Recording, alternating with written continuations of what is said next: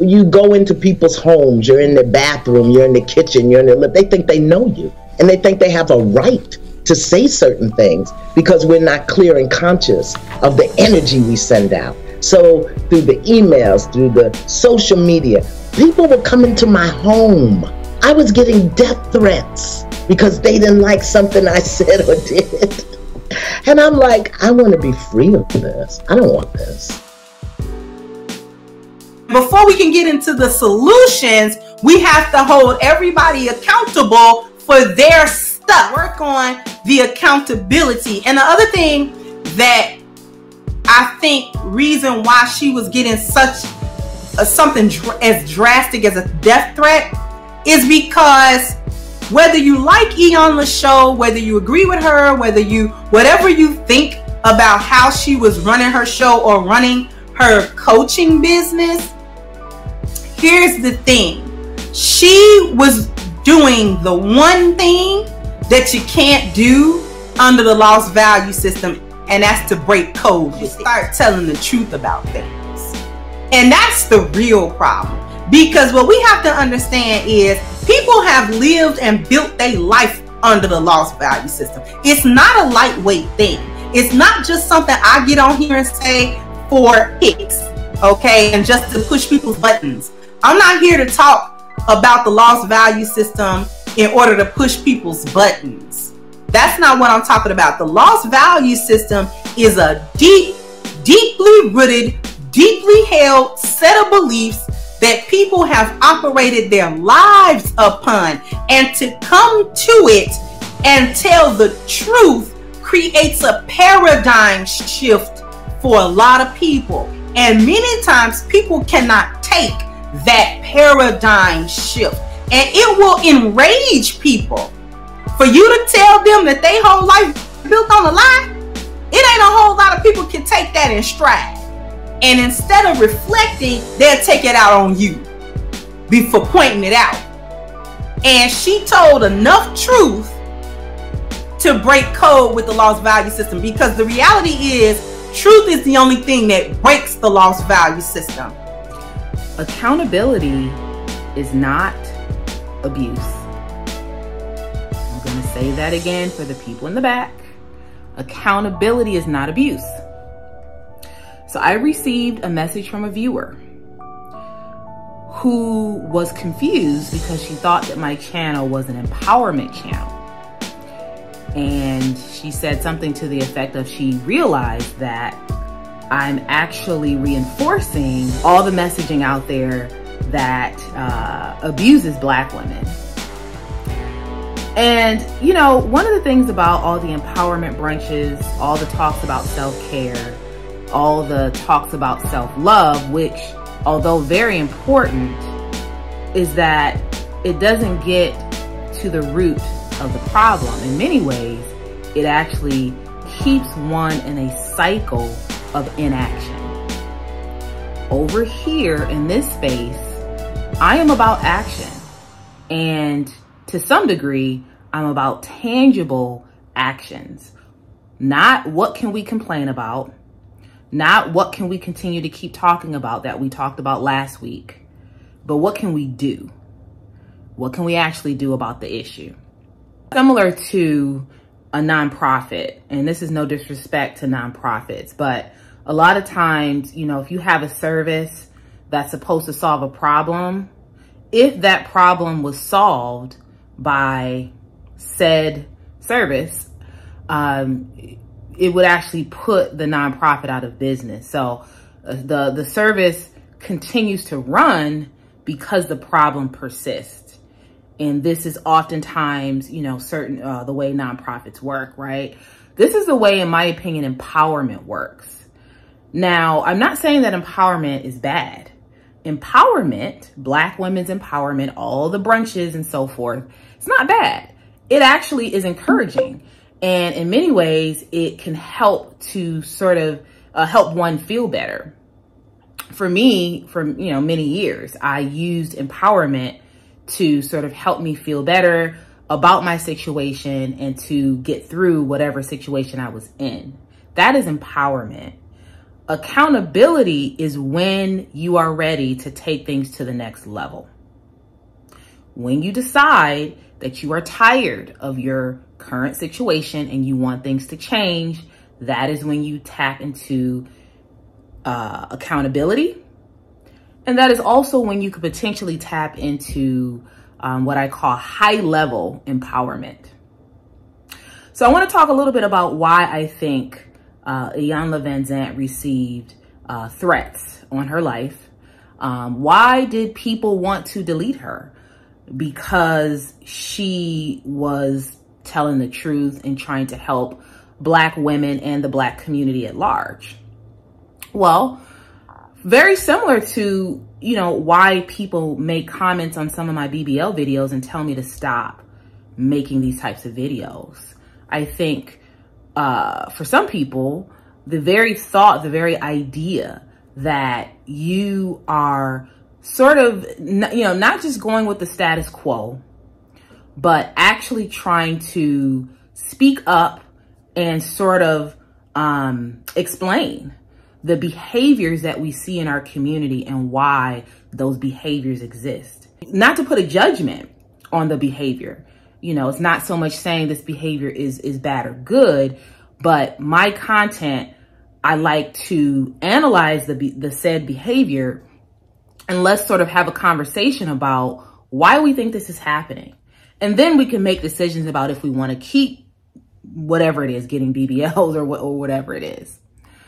So, empowerment again, empowerment was, I wrote a book, and you guys know I'm always talking about my book at the end of the video, my videos.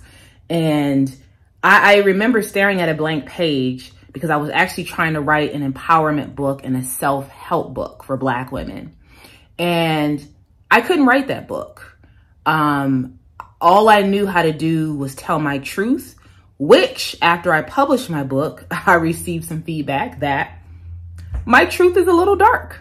I wrote a book about being an invisible Black woman. So you can only imagine that, that might have, if you read my book, it might be a little dark. But that was my truth. And that was my way of empowering myself.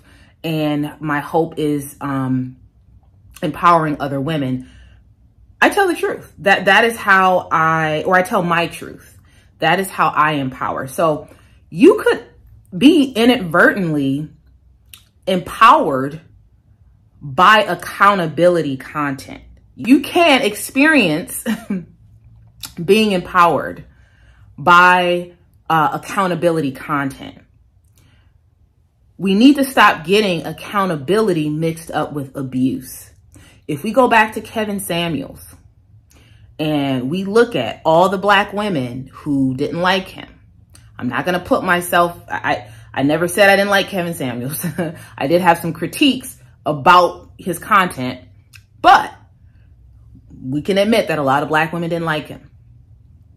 However, many of these same Black women who didn't like him, or like me, who had critiques about his content, day after day, night after night, week after week, not only watched his show, but called into his show. That proves something.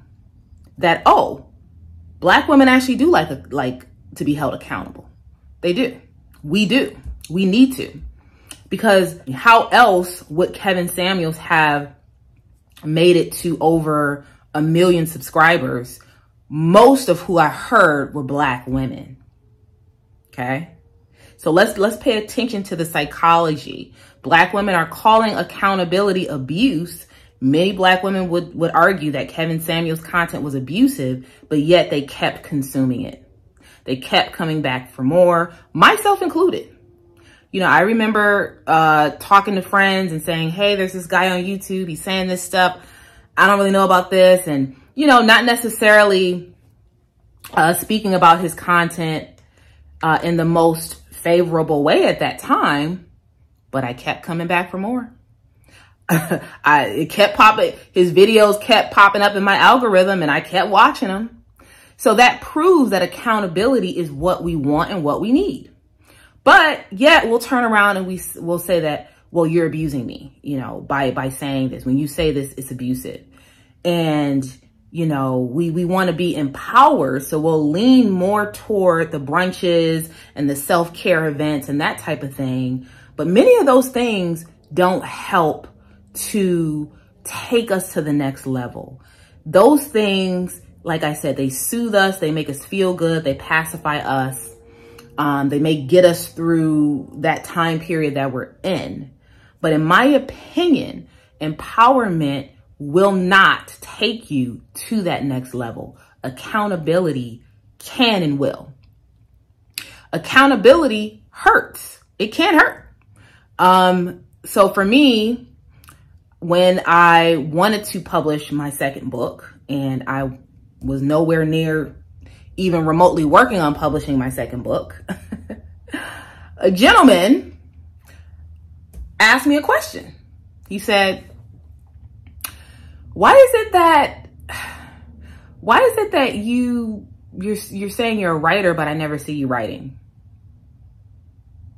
Why is it that you're an author and you keep talking about you want to publish a book, but I don't see you working on said book? Then when I went to go buy my my content for my YouTube channel, or not my content, my equipment for my YouTube channel. So you're going to just get the lowest quality equipment? That's what you're going to do? That's accountability, you know? So this person was sort of trying to tell me, hey, look, you know, I see more for you. You can do better. And it to some degree may have hurt my feelings, or I didn't like it at the time, but it definitely took me to the next level. And I do think that accountability is what we need. I want to give a shout out to Helena Paschal. Hopefully I'm saying your last name right. I'm probably not, but Helena has a YouTube channel. She's a growing YouTube channel. And I'll link her video and her channel in the description box. But I was watching one of her videos, and I'll try to link the one that I was watching. And Helena, I don't know if you're going to see this, but I'm curious to know if you would also consider yourself to be more on the accountability side or on the empowerment side. And why I say that is because I was watching her video, and Helena said something very interesting. She was talking about how she doesn't believe she is wife material yet. And she was saying because she still struggles with having control issues. And if you happen to look in the comment section on this video, you'll see me all in her comment section, because I was like, totally relate to what you're saying. I remember a couple years ago, actually struggling with that, like feeling like I just needed to control everything. And I think a lot of women struggle with this, especially a lot of Black women. And I love that she was just honest, right? And that's what I'm saying, accountability, right? Because Helena wasn't, and that's why I watch her channel, because she's, you know, she doesn't blame other people. She doesn't say, oh, well, the reason why I'm not wife material is because of this person did this to me, or, you know, or the reason why I'm not married yet is because, but, you know, and looking externally at everything and pointing the finger. But Helena will oftentimes say, you know, what she can work on within herself. And it doesn't mean that, you know, I mean, of course, negative things can happen to, you know, good people. And, you know, we all have had traumas and things like that. But I like this idea of what's the most empowering thing to me is the idea that we all have the ability to be responsible for our own thoughts, our own actions, you know, and how we move forward. Doesn't mean bad things won't happen. Doesn't mean unfair things won't happen. Unfair things will happen. We all know that life isn't fair. But the ability to be able to say, you know, this is the part that I played in it. You know, this is my role. And for her to say, you know, I struggle with control issues. I think a lot of women do. And it's so rare for me to hear a woman admit that. So shout out to you, Helena, if you see this. Like I said, you guys go follow her channel. She has great content coming from a Black woman who's just honest and real, and she's a great storyteller. But that's what I'm talking about. I'm talking about accountability, right? Because it's a healing in it. If you heal, you won't be able to complain. If you fix the problem, you won't have the problem to complain about. And too many of y'all like to complain. You like the problem because you like to be able to complain about the problem. Fixing the problem takes away your ability to complain about it.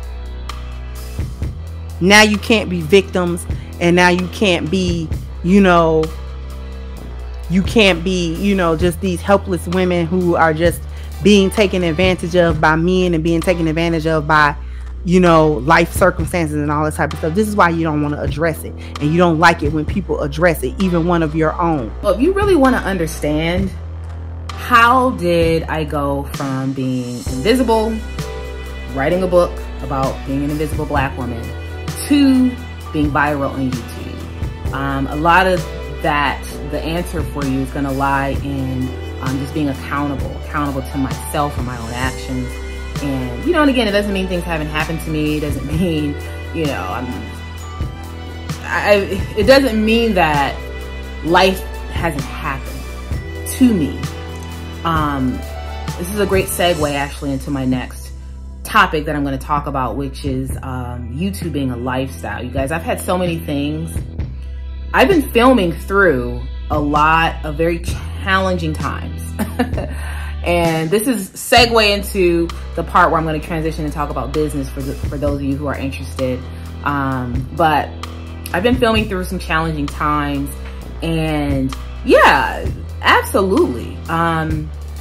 Things happen to me, bad things happen or unfortunate things happen. But, right now I'm in a phase of just, despite the things that happen, what can I do in the midst of that? What can I do after that? And I'm more about tangible actions. And so to sort of wrap everything up here, no, I probably wouldn't call my channel an empowerment channel. I would call my channel an accountability channel. And shout out to the Crimson Cure. She was the first woman who I heard use that term, accountability, in the space of Black women. And so I'm going to call her the godmother of accountability content. And I think it's a growing space. And yeah. So yeah, I don't abuse people with my words. I don't abuse women with my words. I don't reinforce abuse. I reinforce accountability. Now, if you feel some type of way about the messages that I have to give, if you are triggered, then perhaps my content may not be for you. If you don't, like I said, I've received comments from women saying, well, why do you have to make videos about BBLs? My question is, why did you click on the video? You can see what the video is about based on the title and the thumbnail. So you clicked on it. And again, and this is the thing that I'm talking about, where oftentimes there's some delusion happening. Going back to Kevin Samuels, it's like, well, you're complaining about the content, but then you watch the whole thing and then you're like, why did you make this video? Well, okay, well, why did you watch it? There must be something there that drew you to it. Maybe it's something you need to hear. And now, just because you need to hear it doesn't mean you're going to like the message. And I think that's sometimes what happens. So anyway, but to transition back to my business. So you're seeing me, it's the evening tomorrow. During the evening, I have my class. So I'm going to do some more filming. But just real quick, so I'm meeting with a mentor. It's part of this business program I'm in. We met for the first time I met with my mentor and my group last night. This is a great program, but it's definitely a stretch because I'm already busy. So I'm just adding more to my plate. But my mentor said to me, or about me, which is, the message I want to give here is that YouTube is a lifestyle. So if you are choosing to film, be on camera, do a YouTube channel, don't think that you're going to make one video or even a few videos and go viral. You might actually, that does happen where people can make 1 or 2 videos and go viral. But the question is, do you have staying power? Do you want to be a one-hit wonder, or do you want to keep putting out those hits, right? And the thing about it is that when I say it's a lifestyle, is that you really have to figure out how to build it into your life and how to make it become sort of a part of who you are and just what you do, to the point where that is kind of your new identity. And I say that because, you know, this is inspired by a conversation with my mentor, who was talking about, going back to my question that I asked a couple weeks ago about, am I a YouTuber with a side coaching and consulting business, or am I a coach and a consultant who has a YouTube channel? And essentially the message that I received from my mentor is that, well, as you grow your channel, as your channel gets bigger, that is going to naturally grow your coaching and consulting business. Essentially, the message was, and I've heard this before, people, when they watch your videos, when they buy your books, when they utilize your services, when they pay you for what you do, they are buying you. They are not just, yes, they're buying the service. Yes, they're buying the book. Yes, they're watching the video, but they're ultimately buying into you, assuming they rock with you like that, you know, assuming they're not a troll or not just trying to tear you down. But, and I agree. Essentially, people buy energy. You don't just buy the thing. You kind of are investing in someone's energy. I hope that makes sense. And I see this even in myself. If I look at who I buy from, I'm very particular, you know, and I don't just go to anybody for anything. You know, I get my soaps and my lotions and my shea butter from a particular person. And not only because his products are good, but because he's just such a great guy. And he's black owned business. So that's the first thing. And I also, again, want to go back to YouTube as a lifestyle. So I've been showing up here repeatedly week after week. And I have, you know, quite a bit going on in my personal life, things that you guys would be so surprised to know, like what you were filming and dealing with that. And so but that is part of this. So this is why you will see really great YouTubers who will make great videos and then disappear, you know, and it's because a lot of people, anybody can get on YouTube, anybody can film, anybody can deliver, you know, a message for the most part or whatever it is, but it can be very challenging to show up, especially during difficult times. And I have been showing up even through difficult times. So I just want to say that, you know, if you want to do YouTube, whatever it is you want to, if you're a writer, oftentimes, you know, you want to build the filming and whatever it is around your life, within your life. And I have a coaching consulting business where I can teach you how to do that. So yes, but stay tuned, as tomorrow I have my class and I'll be delivering, you know, more learnings, in terms of what I learned tomorrow. And, yeah, I think that's all I want to say for now, but like, share, and subscribe. Click the links in the description box. Get to know my business, Curated Legacy LLC. It's a coaching and consulting service, as well as I have 2 books on Amazon.